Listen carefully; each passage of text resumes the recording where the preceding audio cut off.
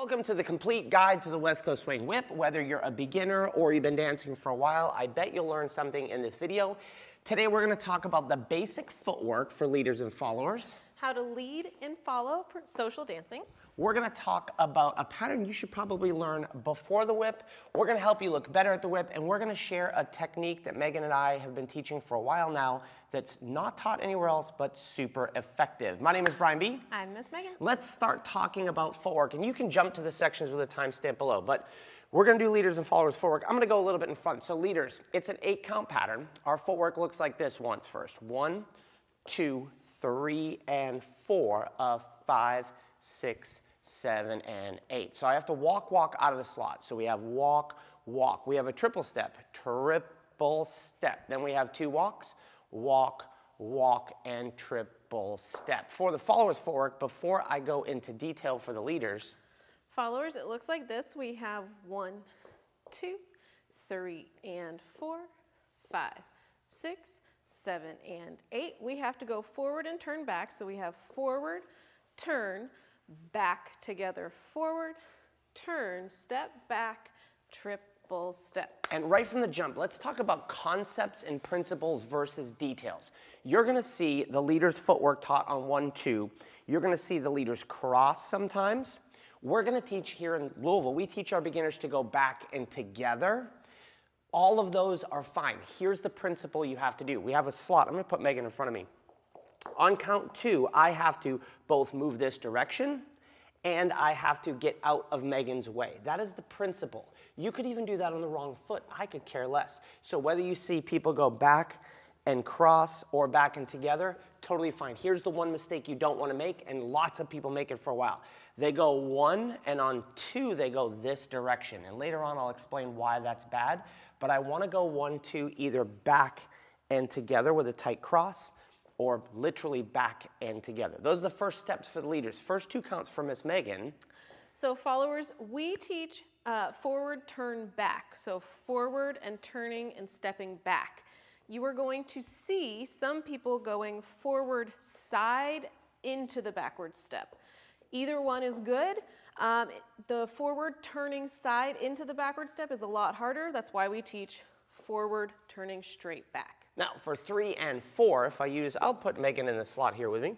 West Coast Swing is super fun, but let's face it, it gets complicated fast. That's why we created our free West Coast Swing ebook to give you access to all the answers in one place. You can grab it in the description below or the QR code right here. So we have 1, 2, and in the next section we'll talk about lead and follow, but just the footwork. On 3 and 4, I want to dance 3 and on this side of the slot and count 4 steps to the other side so I can see over my part of shoulder. So if we do that again, we have 1, 2, 3, and we go across on 4. Common mistakes for the footwork for the leader at this point is to go 1, 2, and sometimes because of the follower, but we drift across on 3 and 4. But I want to dance 3 and on the camera side, my left side. 1, 2, 3 and happens here. I go across the slot on 4. Can you talk us through your footwork? Yes, followers, after our 1, 2, so we have 1, 2, we are backwards. Right here, our main objective is to stay connected to this hand, and we are going to go back together. We want to make sure that our heels are down so that we actually can connect here, and then we'll follow our leader to move us slightly forward. On count 4. Now 5, 6, my footwork, I go sideways down the slot, back in the slot on 6, and then the anchor steps, you already know that. We're going to anchor right foot behind the left, preferably as a beginner. But on 5, 6, 1, 2, 3, and 4. On 5, I'm going to take Megan out of the way. I'm going to leave her there, just there. I want to step slightly down the slot. Common mistakes here. Leaders will sometimes want to scoot through to give the follower more room, or they'll hook this foot behind. But I want a very slight side step, maybe even a good size side step, on count 5. On count 6, that's the slot I need to get back in the slot.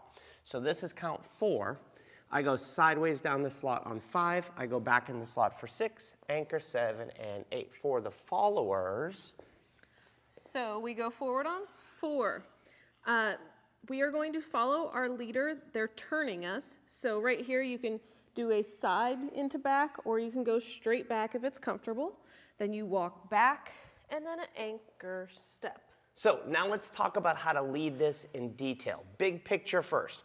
So my left hand is leading forward and turning Megan for 1, 2. Now here's the high level of this. I'm gonna leave my footwork out of it, but I'm just gonna worry about my hand leading Megan's footwork. And this is a leader-follower responsibility. We've got connection in this hand. On count 1, I still need connection. Whose responsibility is this? Both of ours. It's Megan's job to create connection. It's my job to create connection. That way, she can feel that little turn. Now, the followers are going to turn themselves. The leader just indicates it. So meaning I'm not physically turning Megan, right? But I need this connection on count 1, and I need enough connection in those fingers so that when I make that work, she turns herself. So that's what's happening on 1, 2. Here is another rule for West Coast swing. 1, 2. Rarely will your partner be past you on 2 beats of a West Coast swing pattern. That pretty much applies, it certainly applies for all your basics. So on 1, 2, remember before we said if I step far forward here, I'm gonna cut this off, it violates the rule. Megan's got past me, she's gonna pull me, my posture's gonna get a mess, it's gonna feel uncomfortable. So whose responsibility is this, Miss Megan? Both. Both of ours. I am small with my steps, Megan is small with her steps, she's in front of me. I'm gonna ESPN 360 cam. I pick this up here, halfway on her side and halfway on her back. She places that arm just like a basic ballroom dance kind of hold there, right? That's what's happening on 1, 2. Sorry, let's put you over here. So we have 1, 2. From here, I need to lead Megan back together forward. So leaders, you can practice this. I make my students go back together forward. If we do that again, we're here. My arms are leading her back together forward. So I catch her on count 2. 1, 2. I lead back together forward. Now from here, like Megan said, she's staying connected to this hand here. I'm gonna look over my right shoulder.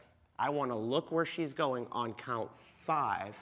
Release for 6, 7, and 8. Let's talk about 5, 6 again. We get to 4. 1, 2, 3, and 4. I like to think of this as throw catch. I have some energy here, and I'm gonna catch with a little connection here. I said a little, not a lot.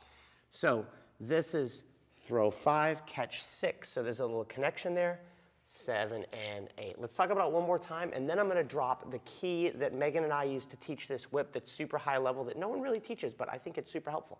1, 2, 3, and 4, 5, 6, 7, and 8. Here is the tip that no one talks about in the whip. Your beginner class teacher will teach you to be anchored and stretched away here. There is another stretch point in the whip, and it happens on 3 and, right behind me. 1, 2, 3 and. Watch this. If I leave Megan there and I put myself in a basic position where I start the dance, we're connected away from each other. The same thing is happening on 3 and, so Megan's connected to fly through. So if you want an advanced level whip, we call this, what do we call it? Feet together, heels down. Here's what I mean. 1, 2, 3, and. If Megan's on her tippy toes, you can see that it affects my connection. If she puts her weight back in her foot, you can see that it adds weight to the connection. She also leaves this left side back, and you can practice this at home. If you just grab closed position and took your left side back, you'll feel very connected, and if you take your right side back, you'll feel like you're gonna fall off. So when you go back to that left foot, put your left side back. 1, 2, 3, and. Now, in beginner class, this is all even. 4, 5, 6, 7, and 8. But as we get better, we create this stretch on this side, a stretch on this side, and it moves fast in the middle. So this is the way it should look. 1, 2, 3, and 4, 5, 6, 7, and again. 1, 2, 3, and 4, 5, 6, 7, and 8. So it accelerates through the middle, it decelerates. It accelerates through the middle and decelerates. Whose responsibility is that? Both, because the follower is going to use her footwork that way, and she's going to stay connected. Now, here's the problem. What if your leader doesn't connect to you? You do it anyways. 1, 2, 3, and 4. So you do it in your own body, and then what happens is your leader goes, oh, I'm so amazing. Look how good that is. So you're going to create it in your own body. When you're connected to your partner, you can do just a little bit more than you would before. Now, to teach that concept, and I'm going to do this on this side this time, there's a pattern that I think should be taught before the whip, and it's called a right torque turn. It looks like this. 1, 2, 3, and 4, 5, and 6. 1, 2, 3, and 4, 5, and 6. So in that pattern, and we'll go back this way so you can keep the footwork the same. In that pattern, it's 6 counts. Megan turns forward, back. All the leads the same. She's going to keep going back until something stops her. 3 and 4. My hand stops her.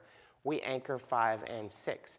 1, 2. She keeps going 3 and 4, 5 and 6. So when you ask, how do I know it's a whip? I want you to think that you're dancing this 6 count pattern. 1, 2, 3, and you get stopped here and change directions 4, 5, 6, 7, and 8. And that will create that cool look to the whip. Speaking of cool ways that you can vary your whip, there's a couple of things you can do right within your basic that makes it cooler. This is level 1, beginner class. 1, 2, 3, and 4. So the first thing is dancing the stretch on the anchor and our little stretch on the 3 and. So already that can start to look a little bit more advanced. Other things we can do is on count 5. I can look, which will help create that energy, and it will change the look of the dance, or the pattern. I can look, and then I can really exaggerate that. Megan said on count 5, you've got a couple of different options. You can step sideways through 5, which if we slowed down a lot of footwork, we'd be dancing sideways through 5 and finishing back and continuing. But I could very consciously pivot, Megan. This is a good drill. Pivot your partner on that foot and step them back. So now you get a different look to your whip. 1, 2, 3, and 4, 5, 6, 7, and 8. Higher level, because I'm going to show you what happens with my hands here. I'm going to leave Megan alone for a second. 1, you can dance along with me. Sorry. 1, 2, 3, and 4. She's on count 4. I have to turn her on her foot. She hasn't traveled, so I have to turn her on her foot. So look what happens to my hands, right? So that way I can dance 5, 6, 7, and 8. So you can practice that with your partner. 1, 2, 3, and 4. Just stand there. Forget your footwork as the leader. See if you can keep your partner on that foot and let that chicken wing happen and then send her back, anchor step. So variations to your whip, you can use that stretch. You can just simply look, which will start to create a more dynamic look to it. Or you can actually increase and put her backwards on 5, 6, 7, and 8. And speaking of whips, there are 11 whips for West Coast Swing that you should probably know at some point. So we did a video including all 11, and especially if you're new to West Coast Swing, you will love our website, West Coast Swing Online. I'm going to leave the link here. It is a learning platform. We have an app for the App Store for Apple and Google Play, Android. But what's cool about it is we walk you through step by step every dance in the beginner level, the intermediate level, which tips should you learn at the beginner, which styling things can you do, how do you master musicality at your level. Plus, we have 1,500 videos and 23 different dance styles, so you'll never run out of stuff. You could try here, 14 days free. See you guys on the dance floor soon.